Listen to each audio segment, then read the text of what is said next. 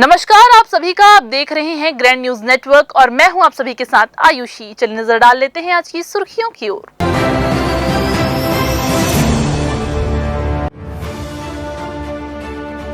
प्रदेश में जगह जगह मनाया गया शाला प्रवेश उत्सव।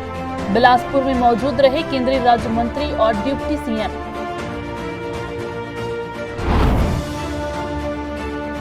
आकाशीय बिजली गिरने से एक बच्चे की हुई मौत, 2 गंभीर रूप से झुलसे, इलाज जारी।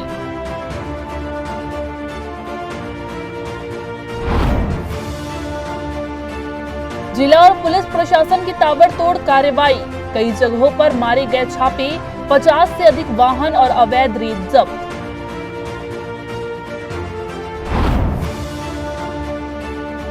और सरगांव के पास रामबोर्ड गांव में प्लांट पर हुआ हादसा, गर्म राख में ऊंचाई से गिरे मजदूर, दोनों झुलसे।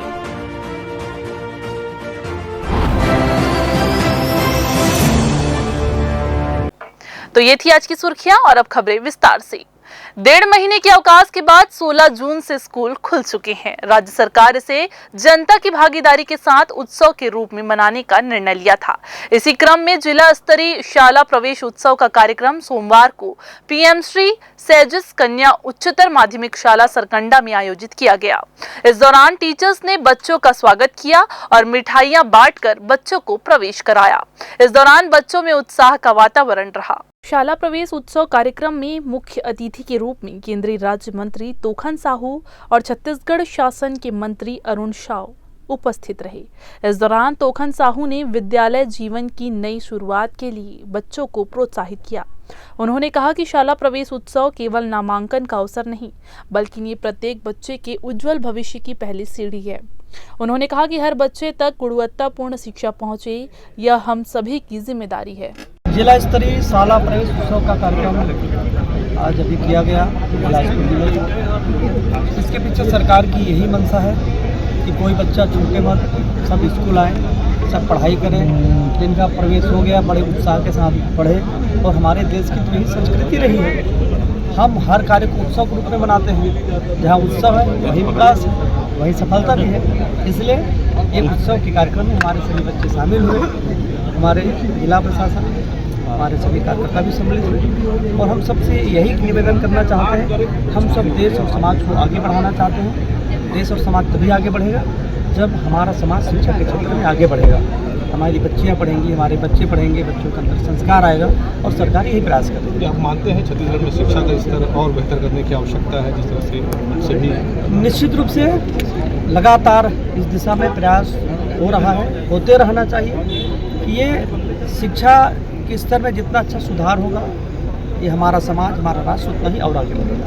उन्होंने कहा कि सरकार द्वारा शिक्षकों और विद्यालयों का युक्तियुक्तकरण करते हुए शिक्षक विहीन और एकल शिक्षकी विद्यालयों में शिक्षकों की प्राथमिकता से पदस्थापना की गई है, जिससे शिक्षा का अधिकार हर बच्चे तक पहुंच सके। कार्यक्रम में पहुंचे मुख्य अतिथि अरुण साव ने सेजस स्कूल सरकंडा में जीर्णोद्धार के लिए 42 लाख रुपए दिए हैं। राज्य सरकार के निर्देशानुसार पूरे प्रदेश भर में आज शाला प्रवेश उत्सव मनाया जा रहा है। जिला स्तरीय शाला प्रवेश उत्सव के कार्यक्रम में हम सब शामिल हुए हैं। राज्य में विष्णुदेव साय जी के नेतृत्व में सरकार बनने के बाद शिक्षा की गुणवत्ता में सुधार के लिए लगातार काम हो रहा है। चाहे मुख्यमंत्री शिक्षा गुणवत्ता अभियान प्रारंभ करने का हो, शिक्षकों के युक्तियुक्तकरण का मामला हो, ऐसे अनेक महत्वपूर्ण निर्णय लेकर राज्य में शिक्षा की गुणवत्ता को ऊंचा उठाने का काम हो रहा है। सरकार ड्रॉप अप रेट कम हो, सभी बच्चे स्कूल तक पहुँचे और लगातार स्कूल में पढ़ें, इसके लिए लगातार सरकार अभियान चलाकर काम कर रही है। तो निश्चित रूप से आने वाले समय में छत्तीसगढ़ का शिक्षा का स्तर ऊंचा होगा और राष्ट्रीय स्तर पर छत्तीसगढ़ का नाम होगा। बिलासपुर में जिला स्तरीय शाला प्रवेश उत्सव कार्यक्रम सफलतापूर्वक संपन्न हुआ।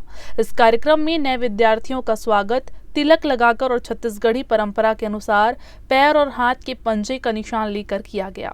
शाला उत्सव में जनप्रतिनिधियों की सक्रिय भागीदारी रही। शिक्षा को जन अभियान बनाने की दिशा में राज्य सरकार की नई पहल है। इसका उद्देश्य शासकीय विद्यालयों में शैक्षणिक गुणवत्ता को सुधारना है और 100% बच्चों का विद्यालयों में नामांकन करना है। कैमरामैन राकेश मिश्रा के साथ भारतेंदु कौशिक की रिपोर्ट। प्रदेश में पड़ रही भीषण गर्मी को देखते हुए राज्य शासन ने स्कूलों के खुलते ही उसके टाइम टेबल में परिवर्तन कर दिया है।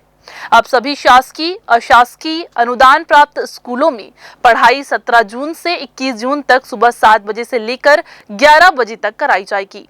21 जून के बाद फिर से स्कूल अपने सामान्य दिनों में कक्षाएं लगाएंगे। जी हां, आप सभी को बता दें, स्कूल शिक्षा विभाग ने सोमवार को इस संबंध में एक आदेश जारी कर इसके पालन का निर्देश दिया है। हालांकि सप्ताह भर पूर्व स्कूल खुलने को लेकर अफवाह फैली थी कि गर्मी को देखते हुए स्कूलों की छुट्टियां आगे बढ़ा दी गई है, मगर 15 जून रविवार की शाम तक राज्य सरकार ने इस तरह का कोई भी आदेश जारी नहीं किया, जिससे स्पष्ट हो गया कि फैलाई गई बात अफवाह थी और सोमवार से प्रदेश भर में स्कूल खुल गए। जिस तरह से गर्मी पड़ रही है, उससे बच्चों के स्वास्थ्य में व्यापक प्रभाव पड़ सकता है। इस बात को ध्यान में रखते हुए विभाग के अवर सचिव ने स्कूल लगने के समय में परिवर्तन करते हुए स्कूलों को लगातार जारी रखने का निर्देश दिया है। नगर निगम क्षेत्र में प्रशासनिक लापरवाही के खिलाफ जनता और जनप्रतिनिधियों का विरोध तेज हो गया है। वार्ड क्रमांक 16 की पार्षद अनीता हिमांशु कश्यप ने जिलाधीश को ज्ञापन सौंपकर तुलजा भवानी मंदिर कुडुडन के पास अवैध रेत खनन व डंपिंग पर तत्काल कार्रवाई की मांग की है। खनिज विभाग द्वारा पूर्व में केवल खानापूर्ति कर 2 वाहनों पर कार्रवाई की गई थी, जबकि अवैध खनन लगातार जारी है। वहीं संपत्ति कर व जलकर वसूली को लेकर भी नाराजगी है। नगर निगम द्वारा बीपीएल व मध्यम वर्ग के परिवारों से 2-3 साल की बकाया राशि एक मुश्त जमा कराने का दबाव बनाया जा रहा है, जिससे गरीब परिवार आर्थिक संकट में है। कांग्रेस पार्षद दल ने सरलीकरण कर आसान किश्तों में वसूली व विशेष छूट देने की मांग की है। वहीं अटल आवास में बुजुर्गों को चौथी मंजिल से नीचे शिफ्ट करने, पानी, मरम्मत व सफाई की सुविधा बहाल करने की मांग भी उठाई गई है। इसके अलावा राशन दुकान संचालक सुरेश छत्रवाड़ी व पर राशन न देने, गाली गलौज करने व मारपीट का मामला दर्ज किया गया। कांग्रेस पार्षद दल ने प्रशासन से शीघ्र ही ठोस कार्रवाई की मांग की है।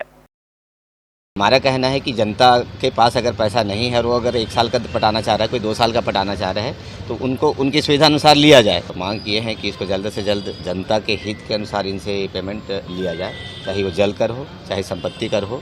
जनता जिस तरह से 1 साल का पटाना चाह रहे हैं तो 1 साल का ले, और अगर 2 साल का है 3 साल का पटा, उनके मतलब उनकी व्यवस्था अनुसार।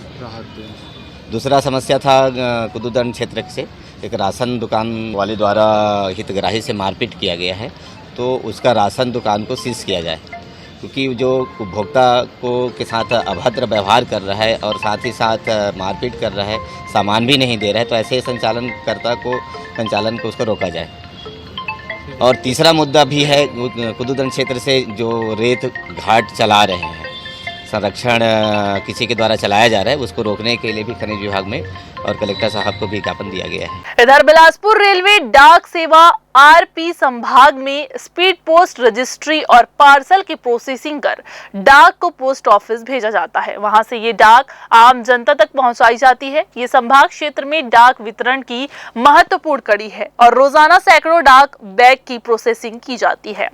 हाल के दिनों में सेफ नेटवर्क सिस्टम लागू होने के बाद भी रेल डाक सेवा को एफ नेटवर्क से जुड़ी समस्याओं का सामना करना पड़ रहा है। कभी कभी नेटवर्क बाधित होने से डाक प्रोसेसिंग और डेटा अपलोडिंग में देरी होती है, जिससे कार्य की गति प्रभावित होती है। इसके चलते कर्मचारियों को अतिरिक्त मेहनत करनी पड़ रही है। डाक विभाग ने ऐसी तकनीकी चुनौतियों से निपटने के लिए बीसीपी बिजनेस कंटिन्यूटी प्लान प्रणाली लागू कर रखी है। नेटवर्क न मिलने की स्थिति में भी बीसीपी के माध्यम से प्रोसेसिंग जारी रहती है और बाद में डेटा अपलोड करके सिस्टम को अपडेट किया जाता है ताकि डिलीवरी पर असर ना पड़े। अधिकारियों का कहना है कि सेफ नेटवर्क के साथ अतिरिक्त तकनीकी सुविधाओं की आवश्यकता है, जिससे कामकाज में आ रही रुकावटें दूर हो सके। फिलहाल तमाम तकनीकी दिक्कतों के बावजूद विभाग की टीम डाक वितरण को सुचारू बनाए रखने में जुटी हुई है। यहाँ पे ये रेल डाक सेवा कार्यालय है। यहाँ स्पीड पोस्ट है, रजिस्ट्री है, पार्सल है, इसका प्रोसेसिंग होता है। ये प्रोसेस होके पोस्ट ऑफिस को जाता है। पोस्ट ऑफिस से मतलब ये आपको जो पब्लिक रहता है उनका डाक को डिलीवर होता है जी। तो ये काम सर्वर के बिना कैसे संभव हो पाएगा सर? सर्वर के बिना मतलब ऐसा है कि इसके लिए आपको एक बीसीपी माध्यम बताया हूँ, वो उसमें कंटिन्यूटी रहता है। वो जैसे सेप में नहीं चलता तो उसके माध्यम से हम करते हैं। बाद में उसको डेटा को अपलोड करके फिर उसको मतलब सिस्टम में लाते हैं। उसके बाद मतलब ऐसा करके काम को मैनेज करते हैं। ये समस्या बार बार निर्मित हो रही सर, अब तक क्यों वैकल्पिक व्यवस्था नहीं किया गया? ये मतलब ऑल इंडिया का है, मतलब इसमें हम लोग कुछ नहीं कर सकते इसके ऊपर से सर, ऊपर से ही। बिलासपुर के नवा गांव में 150 साल पुराने पनपीतला तालाब को लेकर विवाद गहरा गया है। आप सभी को बता दें कि ग्राम पंचायत नवा गांव के खसरा नंबर 57 व 58 में स्थित इस ऐतिहासिक तालाब का उपयोग ग्रामीण लंबे समय से पानी पीने के लिए, नहाने के लिए और भी काम करने के लिए करते हुए आ रहे हैं। शासन की योजनाओं से समय समय पर इसका गहरीकरण और संरक्षण भी कराया गया। हाल ही में शकुंतला पति नारायण राव नामक व्यक्ति ने इस तालाब की भूमि को निजी संपत्ति बताते हुए सीमांकन कर खरीदी बिक्री का प्रयास शुरू कर दिया है।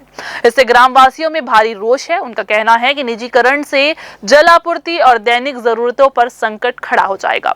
ग्रामीणों ने जिलाधीश बिलासपुर को ज्ञापन सौंपकर इस पर रोक लगाने और तालाब को शासकीय रिकॉर्ड में सार्वजनिक संपत्ति घोषित करने की मांग की है। अब देखना यह होगा कि प्रशासन इस पर जनहित के मुद्दे पर क्या निर्णय लेता है। नवा गांव से आए हैं। तालाब ला निजीकरण है, तिला सरकारी करे पाए तालाब गांव के निस्तारी है पूरा। गांव में तालाब नहीं, गांव में है तालाब, लेकिन वो मेन निस्तारी है गांव के। मुख्य तालाब है समझ, मुख्य तालाब है, बस्ती से जुड़े हुए मुख्य तालाब है। तो निस्तारी हाँ, निस्तारी का। हाँ, कतेक जनसंख्या हुई गांव के? गांव के 35 से 4000 के आसपास जनसंख्या है। 4000 हुई, 4000 की निस्तारी और तालाब के हाँ मांग। ग्राम पंचायत नवा गांव हरदा से आए हम हैं और हमारे गांव में 150 साल पुराना तालाब है, बहुत पुराना 150 साल। और वो तालाब निजी समझ के आदमी मन, जो निजी आदमी हैं वो हर मतलब बिक्री करे के कोशिश हमन से दरखास्त लगाथन कि वो नहीं बनाया जाए। हमारे गाँव वो तालाब मानत पचरी है और कार्य अभी चल गए है। मनरेगा के तहत मतलब जो मिट्टी खुदाई के भी काम हो चुके हैं। और जो तालाब है हमन चाहत हन वो सरकारी करे बस तालाब ला काबर का, तो ओकर भले वो कहते गौटियानी शासन में मोर तालाब करके, बाकी वो पुराना जमाना के सियान मन खुद अपन हाथ से बनाए रही, अपन पानी पिए बा। फिलहाल वक्त हो चला है एक छोटा सा ब्रेक लेने का। ब्रेक के बाद आपको बताएंगे कि किस तरह से बिलासपुर में आसमानी बिजली ने एक बच्चे की जान ले ली। बने रहिए ग्रैंड न्यूज के साथ।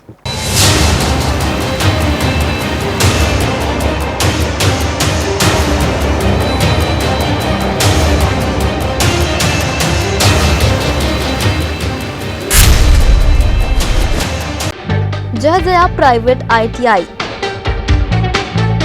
NCVT से मान्यता प्राप्त एंड ISO सर्टिफाइड 10वीं पास विद्यार्थियों के लिए 2 year electrician course, COPA 1 year course, computer operating and programming assistant course, best classroom facility, admissions open. Jai Jaya private ITI, riverview colony, Koni, Bilaspur, Chhattisgarh. Break के बाद आप सभी का स्वागत है। बिलासपुर जिले के सिरगिट्टी थाना क्षेत्र से दर्दनाक और दिल दहला देने वाली खबर सामने आई है। यहाँ कुदरत का कहर मासूमों पर टूट पड़ा। जो बच्चे थे, जी हाँ, आपको बता दें कि तीनों बच्चों पर आसमान से मौत बनकर बिजली गिरी, जिसमें एक की जान चली गई। 2 जिंदगी और मौत के बीच अभी भी जूझ रहे हैं। रविवार शाम सिरगिट्टी थाना क्षेत्र के बन्नाक चौक में ये घटना घटी। दिन भर की तेज धूप के बाद शाम होते ही मौसम ने अचानक करवट ले ली।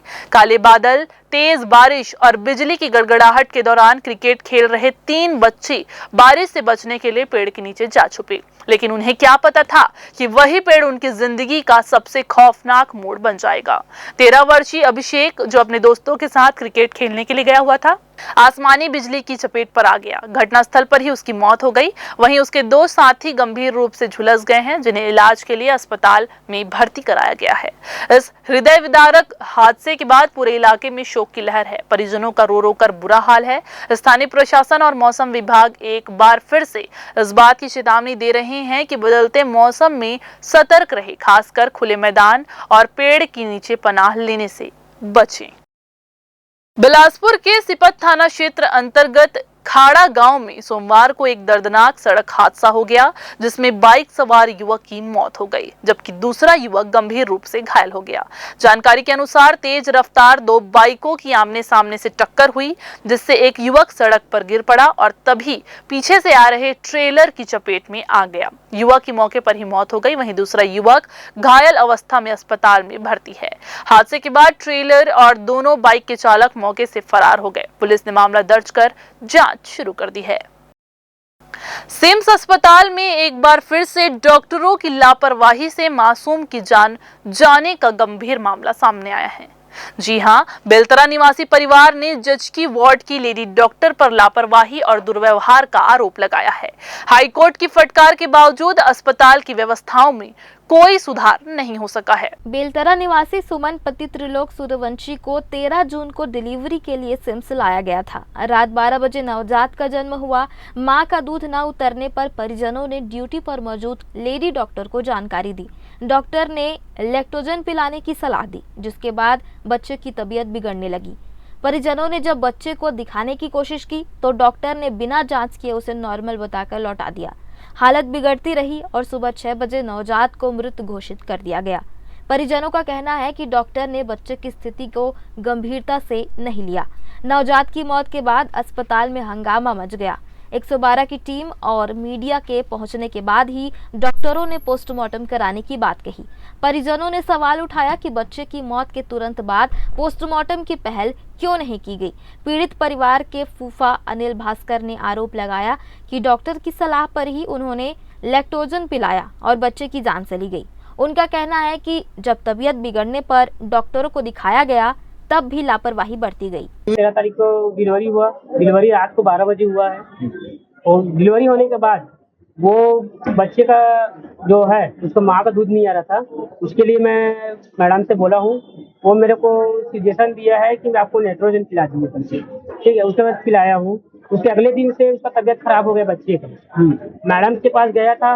मैडम के जो रिपोर्ट देते हैं डिलीवरी का, उस हिसाब से आपको रिपोर्ट देख करके बोल दिया कि नॉर्मल है। आज मृत्यु हो गया है, क्योंकि सर सुबह का रात को 9 बजे है, 9 से 10 बजे तक बच्चे खेल रहे थे, तो आज अकस्मात कैसे बीच मृत्यु हो जाएगा, उसका मैं कारण जानना चाहता हूँ। और जो बोले थे डॉक्टर पिलाने के बाद उसका थपथपाने के लिए, वो भी जो मैडम जो बोलते गए वो सब किए हैं, लेकिन हम लोग को बात मैडम मान ही नहीं रहे। बच्चा क्या बजे खत्म हुआ? बच्चा 6 बजे हुआ था, सुबह 6 बजे। मेरे को सूचना 6 बजे मिला है। मैं 112 बुलाया था, वो चेक किया है। वो बोले कि सिटी करवाली में जो है उसका जो अगर सुनवाई नहीं करेगा तो आप रिपोर्ट कर देना। उसके बाद अब मेरे को बाकी जाने के बाद इधर घुमा रहा है। जब इसको बोला हूँ कि मैडम ऐसे बात है कि इसका रिपोर्ट जो भी है तो मैडम बोल रही है पोस्टमार्टम करेंगे। तो मैं आपके जैसे जब रिपोर्टर का नाम लिया हूँ तो पोस्टमार्टम करने के लिए बोल रहा है। इससे पहले क्यों पोस्टमार्टम नहीं करने के लिए बोल रहा है? जब खत्म उसी समय बोलना चाहिए ना पोस्टमार्टम करने का। अभी बोल रहे हैं पोस्टमार्टम करने के लिए। उन्होंने डॉक्टर पर आरोप लगाया कि जब बच्चे को तबीयत बिगड़ने पर उनके पास ले गए तो उन्होंने बच्चे को चेक तक नहीं किया। हो हंगामे के बाद जब 112 की टीम और मीडिया पहुंची तभी क्यों बच्चे के शव का पोस्टमार्टम कराने की बात उनके द्वारा की गई। सुबह बच्चे की मौत के लिए पोस्टमार्टम के लिए क्यों नहीं कहा गया। यह मामला एक बार फिर सिम्स की कार्यप्रणाली पर सवाल खड़े कर रहा है। परिजनों ने दोषी डॉक्टर पर कार्रवाई की मांग की है। वहीं अस्पताल प्रबंधन और स्वास्थ्य विभाग की चुप्पी पर भी लोग नाराजगी जता रहे हैं।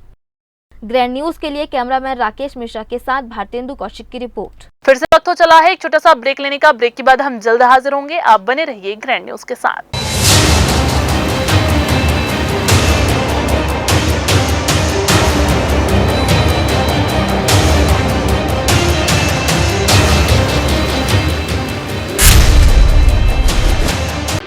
जया प्राइवेट ITI NCVT से मान्यता प्राप्त एंड ISO सर्टिफाइड 10वीं पास विद्यार्थियों के लिए 2 year electrician course, COPA 1 year course, computer operating and programming assistant course, best classroom facility, admissions open. Jai Jaya private ITI, riverview colony, Koni, Bilaspur, Chhattisgarh. Break के बाद आप सभी का एक बार फिर से स्वागत है।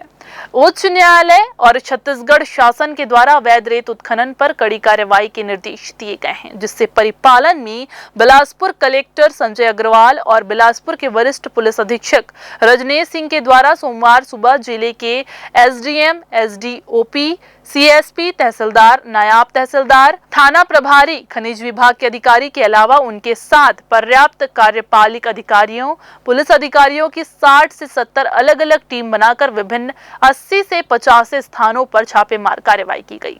कार्रवाई में लगभग 12 से 13 स्थलों पर अलग-अलग लगभग 600 ट्रैक्टर अवैध रेत डंप की पाई गई, जिन्हें जब्त कर लिया गया है। इसके अलावा 3 पोकलैंड, 2 JCB, 13 हाइवा, 34 ट्रैक्टर सहित कुल 50 से अधिक वाहनों को जब्त किया गया। इन मामलों में 40 से 50 लोगों को हिरासत में लेकर पूछताछ भी की गई। बिलासपुर पुलिस द्वारा इसमें खनिज विभाग के साथ मिलकर कड़ी से कड़ी वैधानिक कार्रवाई की जा रही है। आप सभी को बता दें, अवैध रेत उत्खनन एवं रेत माफियाओं के खिलाफ बिलासपुर पुलिस प्रशासन का ये प्रहार लगातार जारी रहेगा।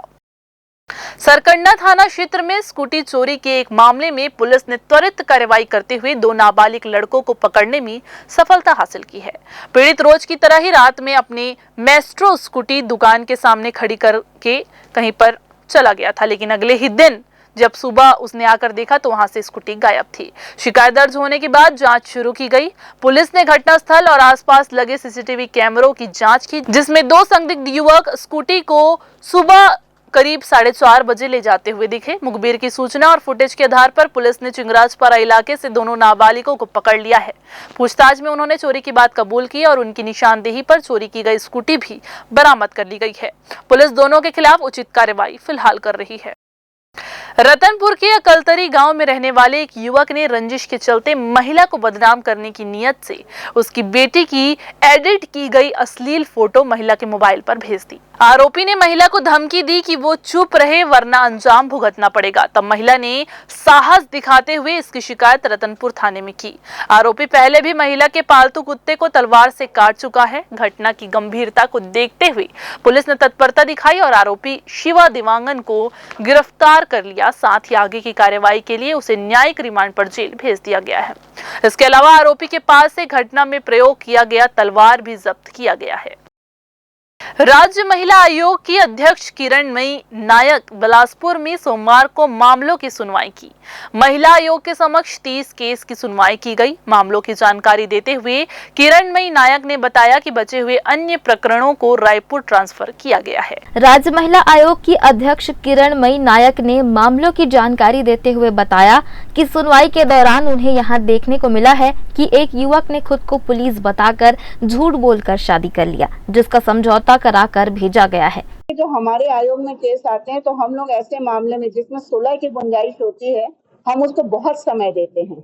हम लोग तो देते ही देते हैं। फिर हमारे आयोग में काउंसलर्स होते हैं, कई बार हमारी सदस्य भी करती हैं, एडवोकेट भी हम रखते हैं जो उन दोनों को समझाइश देते हैं और उनको बताते हैं, ऊंच नीच बताते हैं। क्योंकि कभी भी मियाँ बीबी के मामले यदि न्यायालय में जाते हैं तो वो केवल एक मामला नहीं होता है। शेर के जमाने में जैसे एक के साथ एक फ्री होता है, परंतु महिला पुरुष के जो मामले होते हैं एक के साथ 5-6 फ्री होते हैं। उनको 5-6 केसेस से गुजरना पड़ता है। तो ये जब हम उनको समझाइश देते हैं और उनकी कई गलती होती तो उनको बोल देते कि माफी मांग लो। कई लोग हमारे पास सार्वजनिक माफी मांगते हैं, तो उससे भी महिलाएं आपस में सबका ईगो खत्म होता है और उसके बाद इन मामलों का निराकरण हो पाता है। किरणमयी नायक ने लव जिहाद के मामले में लड़कियों से अपील की कि कम उम्र में भागकर शादी ना करें, कैरियर पर ध्यान केंद्रित करें और बाद में सोच समझकर ही शादी करें। लव जिहाद वाले हमारे पास 2-4 मामले आए थे जिसमें कि एकदम धर्म अलग अलग थे, कोई मुस्लिम थे, कोई हिंदू थे, कोई क्रिश्चियन थे। तो ऐसे मामले जब आते हैं तो उसमें भी बीच का रास्ता निकाल करके समझाने का प्रयास किया गया है। कुछ लोगों की तो ऑफिशियल कोर्ट मैरिज से शादी भी कराई गई है। कुछ के परिणाम उसके बाद एकदम विपरीत होते हैं, फिर डिवोर्स ले लेते हैं। तो ये हम आप सबके मार्फत से हम हमेशा अपील करते हैं लड़कों से, बच्चियों से कि शादी करने में जल्दबाजी कभी ना करें अपना पहले करियर बनाएं, पढ़ाई करें, अच्छा करियर बनाएं और सोच समझ के विवाह करें। 16 साल 18 साल की उम्र में भागकर शादी करने से किसी का भविष्य सुरक्षित नहीं है, हमेशा अनिश्चितता बनी रहती है और उसका कोई भविष्य नहीं होता। बहुचर्चित राजा रघुवंशी की पत्नी सोनम द्वारा हत्या कराए जाने के मामले में डॉक्टर नायक ने कहा कि महिलाओं को अत्यधिक महत्वाकांक्षाएं और उनकी दबाव पूर्वक शादी भी इसका कारण हो सकती है। आज के समय में उनकी बहुत ज्यादा, क्या कहना चाहिए कि अपेक्षा आकांक्षाएं ज्यादा हैं, या फिर घर वालों के दबाव में शादी करती हैं, या फिर कोई और उनके रीजंस होते हैं, तो इन कारणों से चीजें हो रही हैं। हम हमेशा कहते हैं कि यदि आप आज भी 21वीं सदी में भी दबाव डाल करके शादी कराएंगे तो शायद ऐसे परिणाम होंगे। तो इसलिए वैवाहिक संबंध के समय में लड़के पक्ष को और लड़की पक्ष को इन चीजों का ध्यान रखने की आवश्यकता है। आज के जमाने में हर कोई भाग करके जब लव मैरिज कर रहे हैं तो अरेंज मैरिज के समय थोड़ी सी सावधानी बरतने की आवश्यकता है। छत्तीसगढ़ महिला आयोग की अध्यक्ष ने महिला उत्पीड़न से संबंधित किसी भी तरह की शिकायत को लेकर महिलाओं से कहा कि ऐसे मामलों में महिला आयोग न्याय की लड़ाई में महिलाओं के साथ हर संभव मदद देने के लिए तत्परता से प्रतिबद्ध है। ग्रैंड न्यूज के लिए कैमरामैन राकेश मिश्रा के साथ भारतेंदु कौशिक की रिपोर्ट। फिर से वक्त हो चला एक छोटा सा ब्रेक लेने का। ब्रेक के बाद हम जल्द वापस आएंगे। आप बने रहिए ग्रैंड न्यूज के साथ।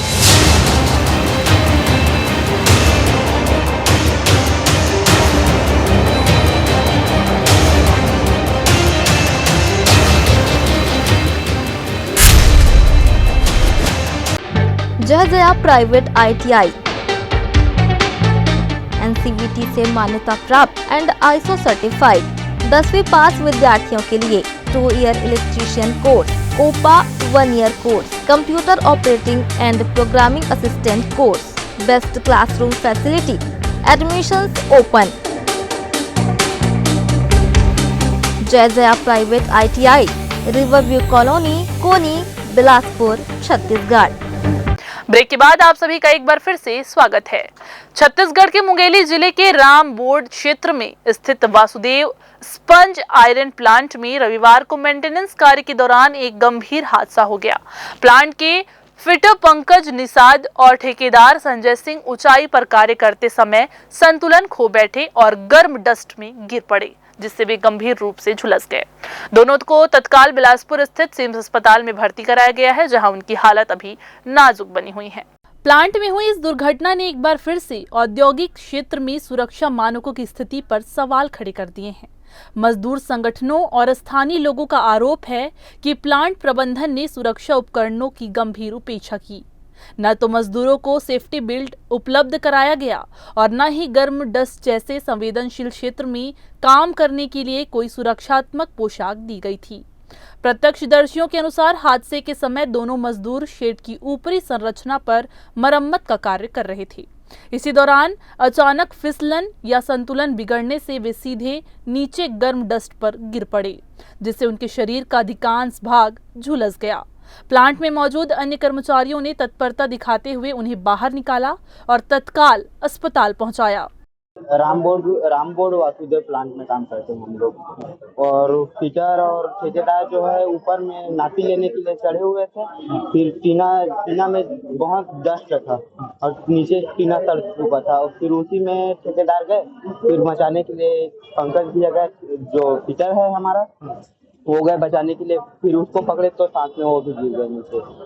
अभी पंकज जो फिटर है ना, उसका पैर पूरा डैमेज हो चुका है और ठेकेदार का कमर, बस इतने ही चाहिए जितना हो। 10 से 12 हाँ 10 से 12। घटना के बाद इलाके में आक्रोश का माहौल है। मजदूर संगठनों ने चेतावनी दी है कि यदि जल्द ही दोषियों पर कार्रवाई नहीं हुई तो वे बड़ा आंदोलन करेंगे। वहीं स्थानीय प्रशासन और श्रम विभाग से मामले की निष्पक्ष जांच की मांग की जा रही है। फिलहाल दोनों मजदूर सिम्स अस्पताल में डॉक्टरों की निगरानी में उपचाराधीन हैं, जहां उनकी हालत गंभीर बनी हुई है। यह हादसा औद्योगिक लापरवाही का प्रतीक बन गया है, जो कार्यस्थलों पर श्रमिक सुरक्षा की अनदेखी के खतरनाक नतीजे को दिखाता है। कैमरामैन राकेश मिश्रा के साथ भारतेंदु कौशिक की रिपोर्ट। बिलासपुर के व्यापार विहार क्षेत्र में स्थित नानक जीवनानी के बोरा गोदाम स्वाति इंटरप्राइजेस में बीते रात अचानक भीषण आग लग गई, जिससे इलाके में हड़कंप मच गया।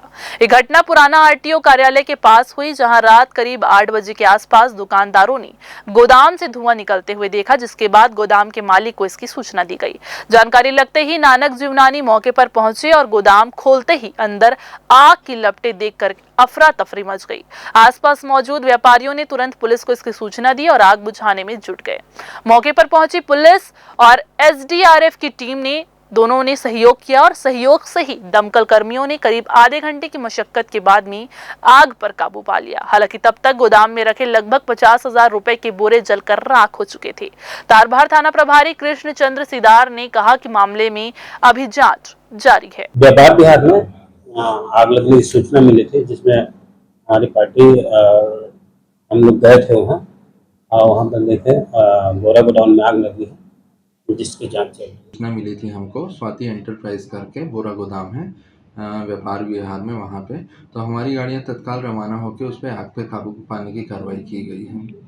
लगभग कितने गाड़ियाँ लगी और क्या कुछ सामान? 7:30 बजे की घटना थी। हमारी 2 फायर टेंडर वहाँ गई थी और नुकसान का भी आकलन नहीं किया जा सका है। कुछ कारण पता चला उस? कारण भी अभी स्पष्ट नहीं है, वो बाद में जांच होने के बाद ही पता चलेगा। ठीक है। किस प्रकार जन हानि वगैरह सर?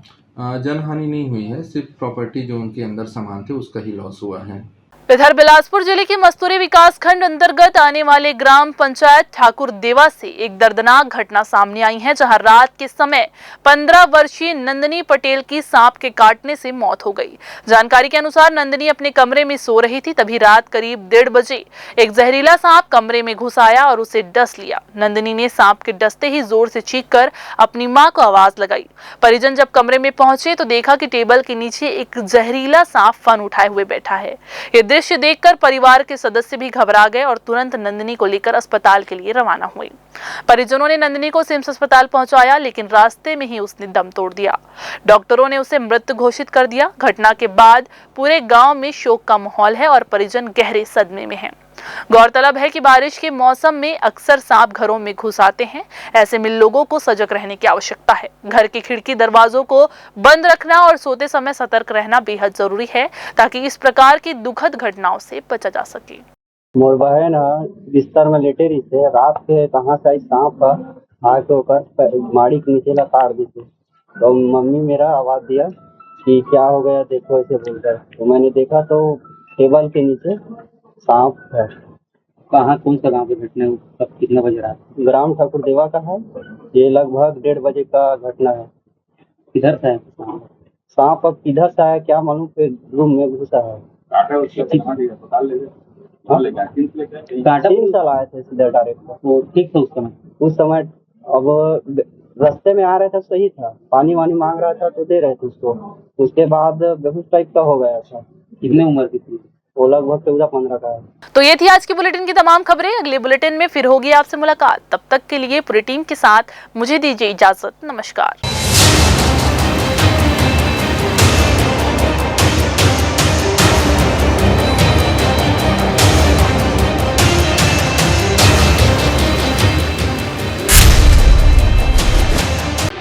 जय जया प्राइवेट ITI NCVT से मान्यता प्राप्त एंड ISO सर्टिफाइड 10वीं पास विद्यार्थियों के लिए 2 year electrician course, COPA 1 year course, computer operating and programming assistant course, best classroom facility, admissions open. Jai Jaya private ITI, riverview colony, Koni, Bilaspur, Chhattisgarh.